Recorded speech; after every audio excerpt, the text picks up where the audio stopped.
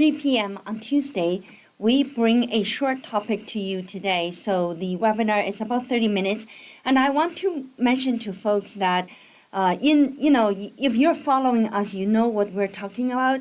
Today's topic is actually a very deep thinking of ours because a lot of times we talk about the economy the way it is, and the small business is suffering, and the things are not doing very great, right? So business owners are obviously on the path to reduce cost, cutting employment, whatever they do to make the company running. But I want to bring out to our small business owners that a very important aspect of pivoting your business, which is providing uncommon service, which means that providing such a great customer service that will pivot you even though you increased price, even though your product was less attractive, but because you provide a great customer service and suddenly your company is still going. So this is what we want to talk about today. And you may say that, oh, Ying, I know what that is. You just want me to smile more and my face muscle is going to be tired at the end of the day because you want me to please my customer. No, I am not saying that. And I am actually telling you that based on a book I read. This book is called Uncommon Service. And based on a book I read, and I give you a summary of what the book says. It's not my idea. It is actually the book you can buy online, and they talk about in the hard time like this, and what can we do to pivot our business, to pivot our small business to continue to survive or to thrive, right? All right, let's get going. So I will start running our slides. I don't know why I'm not finding my mouse. Now I did. All right, this is our website. You know, communitycpa.com. Come to our website. If you want to become our client, you go to Onboard with Us. That is the top button, the blue one on the center, and you can become our client without even talking to us via there. You can also go to YouTube channel to review what we talked about on our webinars, because I'm here Tuesday, I'm here Saturday. Every week I deliver 2 different topics to you, and then one of my 2 topics will be translated into Chinese and Spanish. So the Chinese on Wednesday, Spanish on Friday, and we will soon add Vietnamese on our webinar. But I want to mention to you that, and you can find us on the YouTube channel. Our firm, I will just skip this slides because we are great. We have 5 branches, and if you want to find us, you can go onto our website to look for where we are. These are the 2 books I wrote. You can find them online. I actually love business books myself, and I listen to the audiobooks, and I also read books that easy to read. English is my second language, okay? I cannot read Shakespeare, and I don't understand those English, but I do understand normal English when they talk like me. So a lot of time I refer my English as Chinglish, right? Or you call it Yinglish, Yinglish. So that is just the way. I apologize, I butchered real English, but you understand me, right? All right, no responsibility disclaimer, as always, you know what I mean. And this is the book, Uncommon Service. The book cover is like that. So I want you to recognize the book and give credit to the author, Francis Frei, and also Anne Murrius. So these 2 are business strategists. The authors argue that great service should not be like afterthought or a reactive function, right? As customer complained, then you suddenly show up and can resolve the problems, and your customer service suddenly showed up because they complained. So the strategic element of building a uncommon service, that is the key for the survival of a hard time where you have to raise your price and you have to get rid of certain merchandise, and you just don't have it anymore, and your cost of goods sold is going so up, you have to charge your customer more, all of that making your customer kind of stay away from you. But here you will learn how to shrink this gap and actually becoming still the business the customer wants the most. All right. So what is the central promise of uncommon service? So when we talk about uncommon service, okay, fine, Ying, you said that I can raise my price and I can get rid of some product and I can still survive. Okay, so what is the core promise here? The number one is that outstanding service is not a result of luck or efforts of a few exceptional behaviors by few employees, right? Oh, we have one employee is so good, and he or she is always providing the best services to the customer. No, that is not uncommon service as an organization. It is the product of an internal design, a strategic plan within the whole business model. So it just cannot be incidental highlight. When you're employee, you cannot have a hero in your organization as a customer service. If you're a business owner and you're the only hero, can create this exceptional customer service, but the rest of the employee don't do it, it doesn't matter. You don't have it. So number one is deliberate choices. So as a business owner, it doesn't matter how small you are, you want to make a conscientious decision about how they will deliver service excellence. So you close your eyes and you should know that my front desk people should do this, and my accountant should do this, my tax accountant should do this, my business consultation team should do that. So that is deliberate choices a business owner must make. Then you develop systems and processes, right? A well-designed system and a process that enable an average employee to perform at a high level. You see that you don't have to hire. You don't have to spend all the money in your bank to hire this special employee who never lose the temper and always really good with customer. No, that's not who you need to hire. You need to hire average people, ordinary people, or anybody on the street. You can grab them over and give them the system so they can perform at a high level. Empowerment, support service excellency, reducing the reliance on hiring only exceptional employees. Just forget about that. Your hiring process, of course, should hire good people. But then once they come into organization, and everybody has personal mood. We have good days, bad days. Some days we hate our employer, some days we love them, and it just doesn't matter, right? And you want to empower your individual staff in your company would perform at a consistent level. And you have a system and a process made for them. Consistency is also the central promise of uncommon service. You cannot be excellent if your service is not consistent. Standardizing the best practice and ensuring that all employees can constantly give excellent service. Small business owners, I want you to think about that and to think about what you can do now to still grow your sales while everything else growing in price. Your customer gonna walk in goes, that's so expensive. But they're also gonna say, but your service is so good.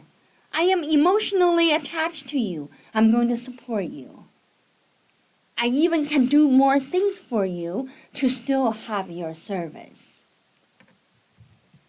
4 key questions for uncommon service. So these key questions are the one that as a business owner, you need to ask yourself.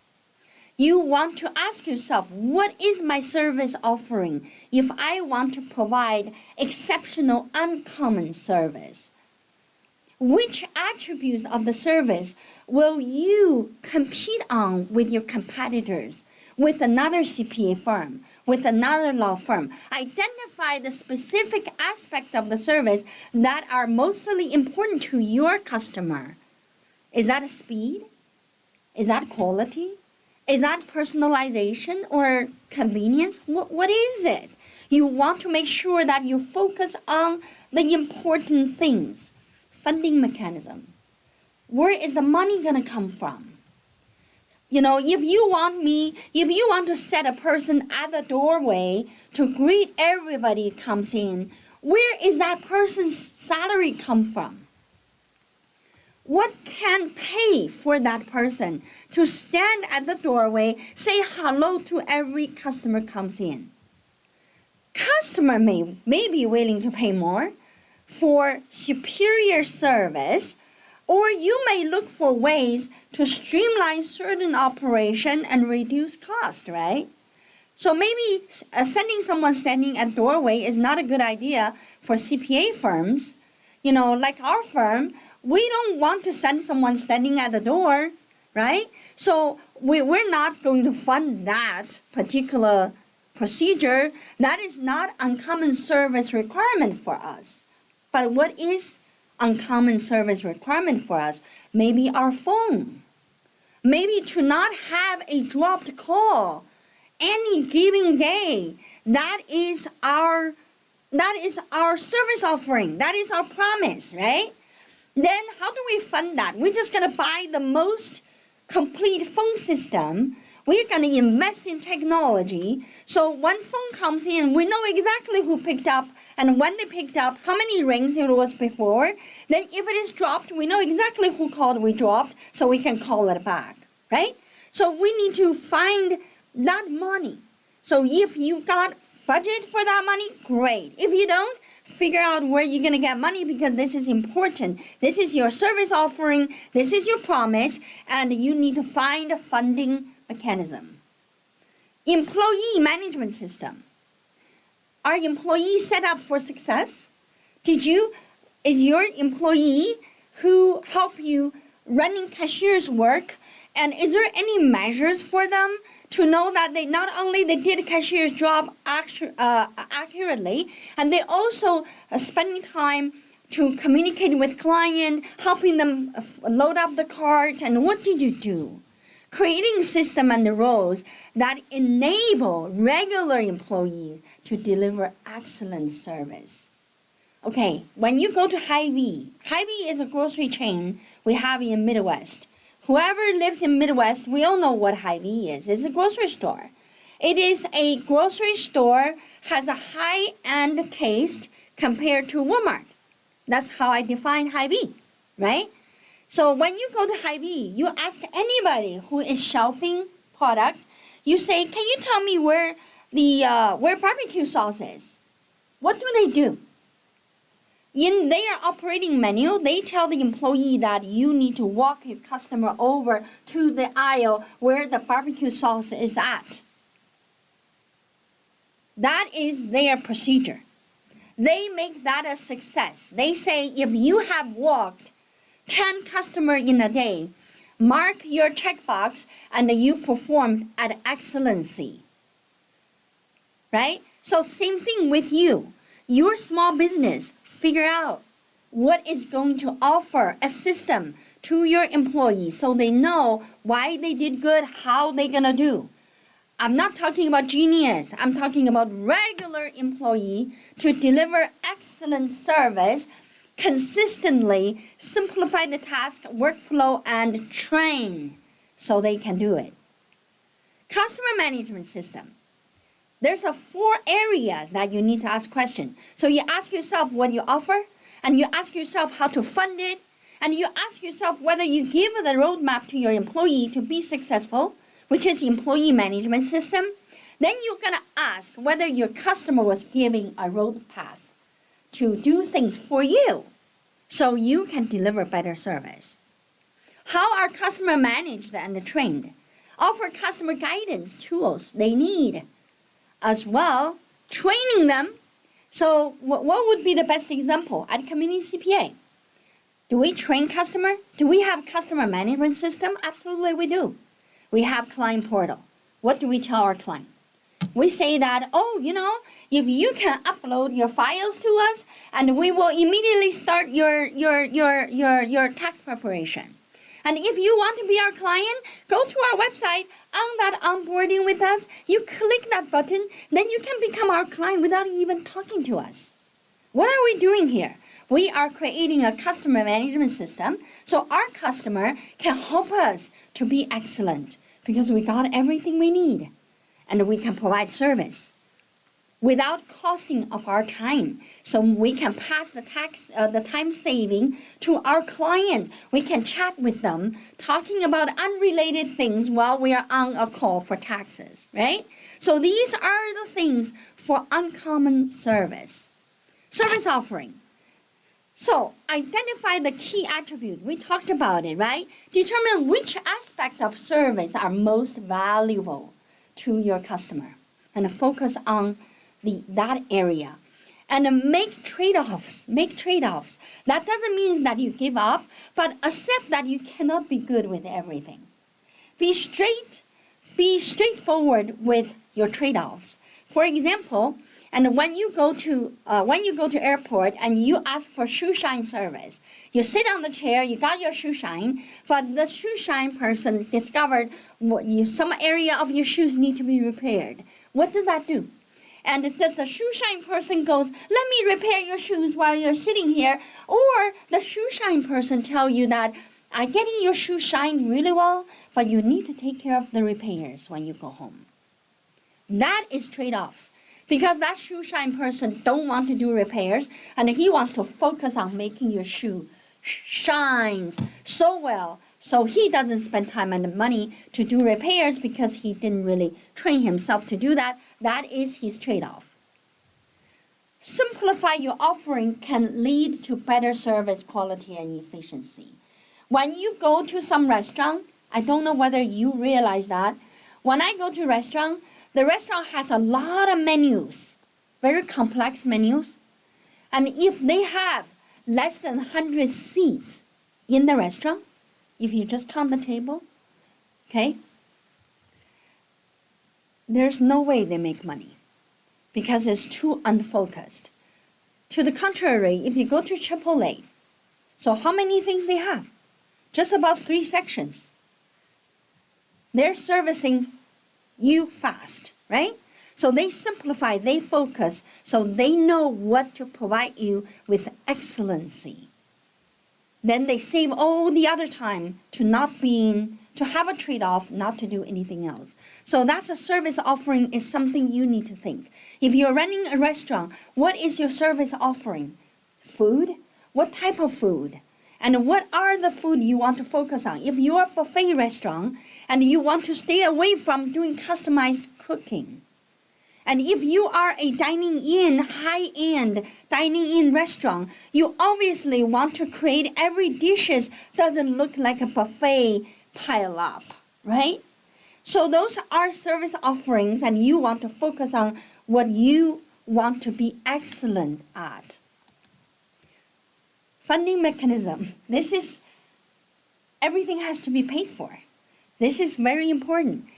Just like I said that we put a guy at the door greeting everybody. Is that a good way for community CPA to spend money? No. And what do you want this gentleman to do at the door? And plus the Midwest has such a terrible weather, you can't stand outside all the time. Only California may be possible, right? Identify funding resources. Determine how you will fund your service excellency, whether through premium pricing, increase your price, get your price up, or cost reduction. Efficiency improvement is also a way to fund customer involvement, get customer to do things for you, right? Balance the cost and the service. Ensure that the method you choose to fund the service improvement does not compromise the quality of the service. The goal is to enhance the service while managing cost efficiently. Innovation approaches is definitely a winner. Be creative in funding ways, in finding alternatives to fund service excellency. Look for opportunities. Look for streamlined operation. Encourage customer input. Ask customer, what do they want? And how, then you know your focus, then you can find the funds for that. employee management set up for success. This is most key. You can imagine that if you hire someone to come to work, the person don't even have a job description. So what is this person's success? Nothing. I think this person's success is to make a very little noise, pretend he doesn't exist because he has no job description, he doesn't know what to do. That will be the person's success. But if you have a clear job description, if you have a clear to-do for that person, each day you want to make 10 phone calls to surprise your list of customers and introduce yourself, also find out how they're doing, and that is a success. You do it. That is your uncommon service, right? You need to design that success ahead of time for your folks. And you need to focus on the attributes. What will ring out like success? To be visible, right? To be conscious, to feel that success. Like maybe customer just come out and say that, every time I call you guys, there's always someone, picking up the call. Even on Saturday, I didn't expect you guys to work, but someone is working. That is the attributes. That's the feelings that you got from outsiders to your organization. That's how willingly, how hungry you are for new business. Those hunger can be felt by outside, then you get new businesses. Trust me. A lot of time you don't get new clients because people stay away from you, goes, Ying, I think you're too busy. I really feel bad to bother you. That's why I did not become your client. That is your failure.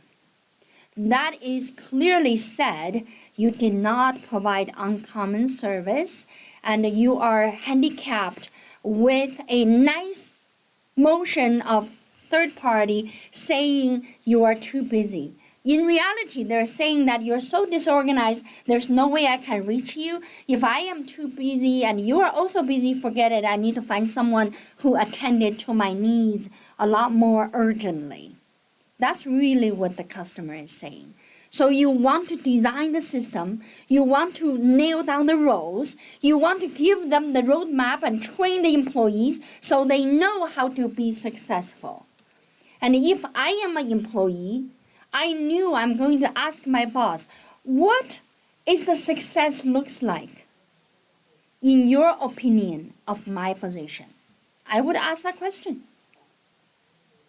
Because your boss will tell you something that will give you the benchmark, how far you can go, what you can do. And if everyone has that roadmap, as an organization, you have it a win. Customer management system as well, train your customers.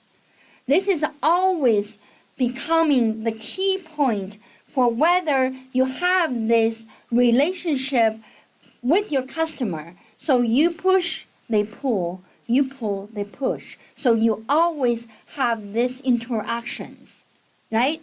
Empower your customer, provide customer with tools and guidance. They need to participate actively in your service process. This can lead to more efficiency and very satisfactory interactions. You want to provide customer with educational resources so they know where to get answer, right? You want to make the role really clarified.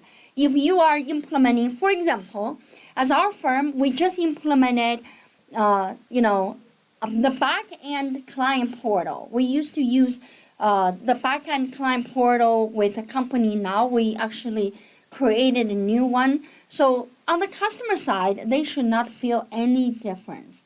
But on our side, we move all of our clients to this new portal. So there's one customer said that I used to see 5 more companies on my portal, for whatever reason is not there.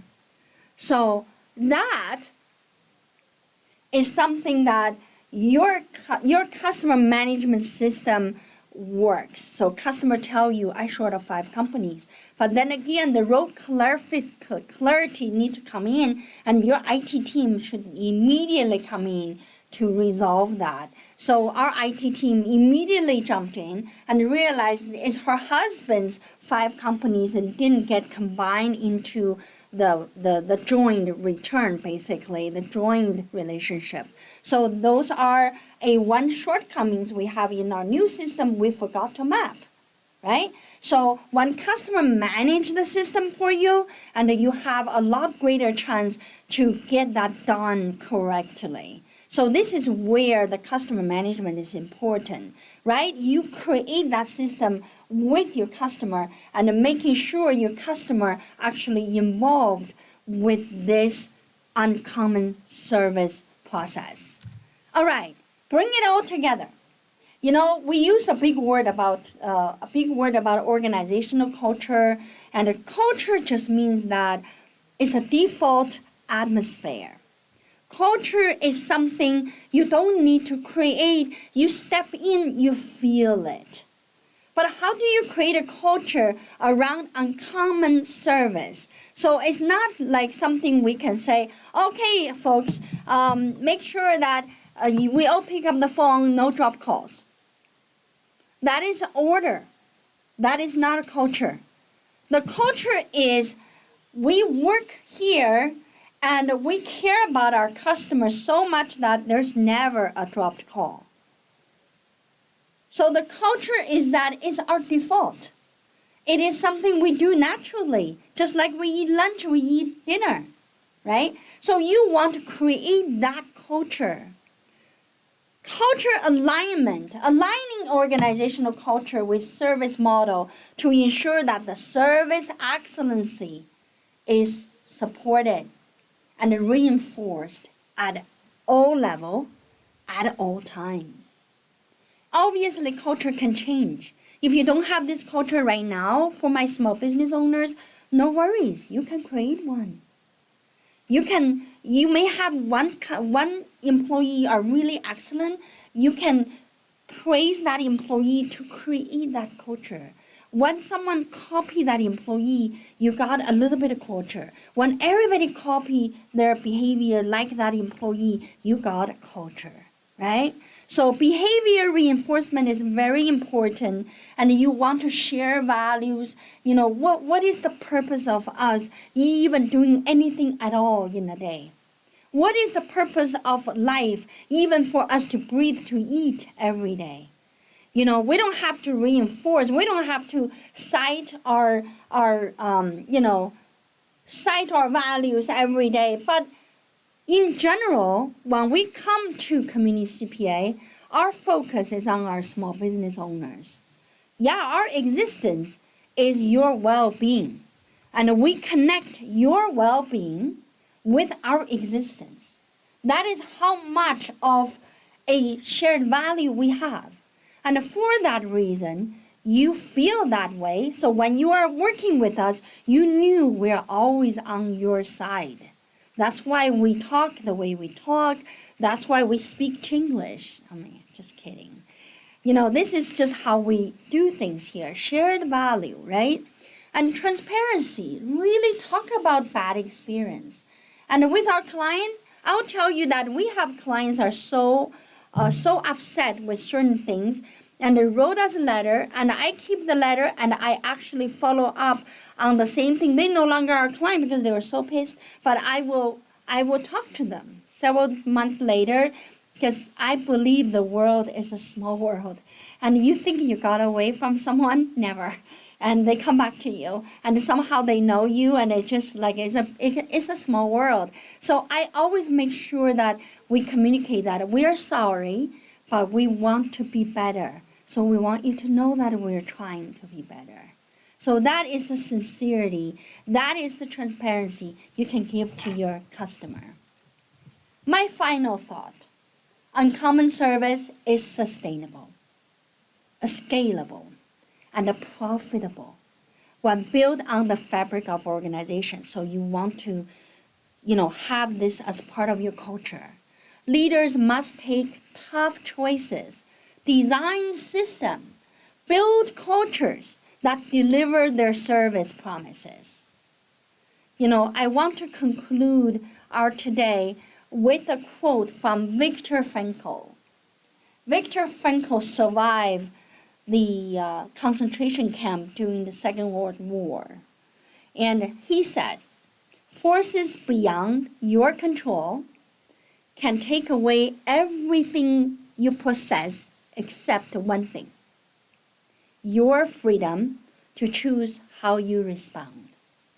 It is our freedom to choose how we respond with this economic meltdown that small businesses are facing. So our response today, our recommendation of your response should be unleash your superior customer service.